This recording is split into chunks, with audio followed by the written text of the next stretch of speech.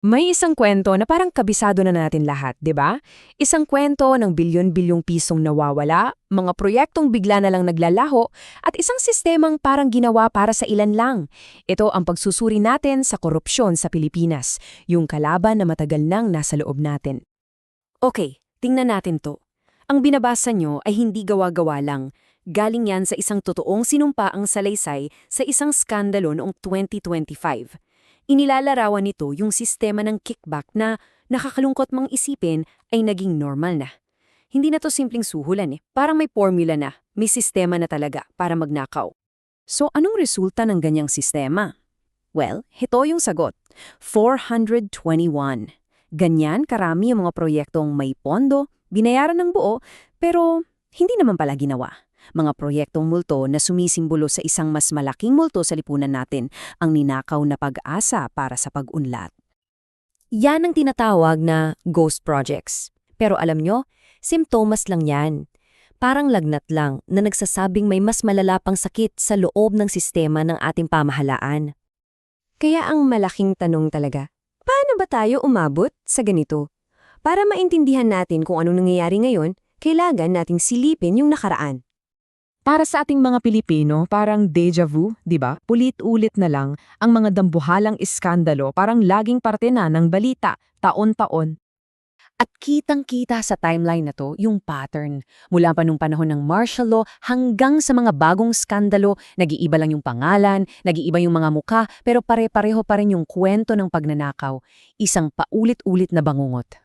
Alam nyo, may isang nagsulat tungkol sa panahon ng mga Marcos. At ang sabi niya, hindi lang daw yung halaga ng ninakaw ang nakakagulat, ang mas matindi, yung kapal ng muka, yung kawalan ng hiya habang naghihirap yung mga tao.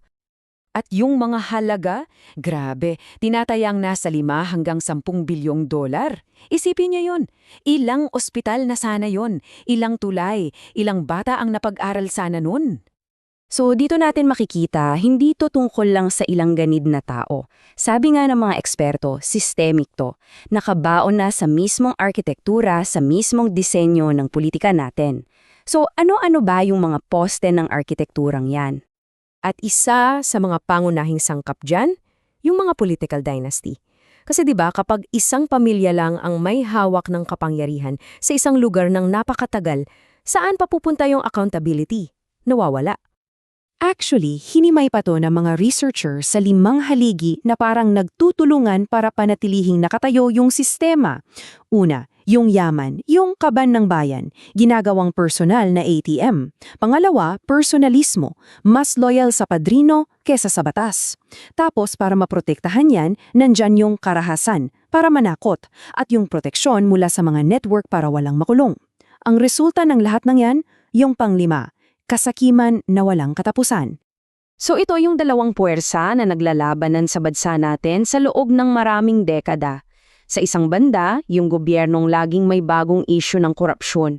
Sa kabilang banda naman, yung taong bayan na palaki ng palaki ang galit at pagkadismaya. Isang walang katapusang laban. Pero ano ba talaga yung epekto nito sa ordinaryong Pilipino? Sa atin, pakinggan natin yung mga boses mula mismo sa publiko. Grabe yung cynicism, no? Sabi nga ng isa, ang korupsyon daw dito sa atin, hindi na krimen kundi art form, isang sining na na-perfect na ng ilan para sa sarili nilang kapakanan. At heto, ang sakit pakinggan pero totoo para sa marami. Ang tagumpay ay nagbubura ng lahat. Yung balota daw nagiging parang laundering machine para linisin yung mga maduduming pangalan. At ganun nakalala yung kawalan ng tiwala na heto na yung nagiging payo, huwag na huwag kang mag-donate sa kahit anong may kaugnayan sa gobyerno kasi ang takot, ibubulsa lang din naman. Ang bigat ng mga naririnig natin, no? Pero sa kabila ng lahat ng to, hindi namang ibig sabihin na walang lumalaban, may patuloy na pakikibaka para sa pagbabago. So ang tanong, nasaan na ba tayo ngayon sa laban na to? Well, ayon sa datos ng Transparency International, kung 100 ang pinakamalinis, 33 lang ang score ng Pilipinas. Ang layo natin sa average ng Asia-Pacific na 44 at sa world average na 43. So malino na malaki pa talaga yung problema natin, hindi lang sa paningin natin, kundi sa mata ng buong mundo. So, paano to ayusin? Sabi ng mga eksperto, hindi lang kultura ang dapat baguhin, kundi yung mismong sistema. Kailangan daw ng mas mahigpit na mga batas, kailangan wakasan yung impunity o yung walang napaparusahan, at kailangan ayusin yung sistema ng politika para hindi na lang ilan ang laging may hawak ng kapangyarihan.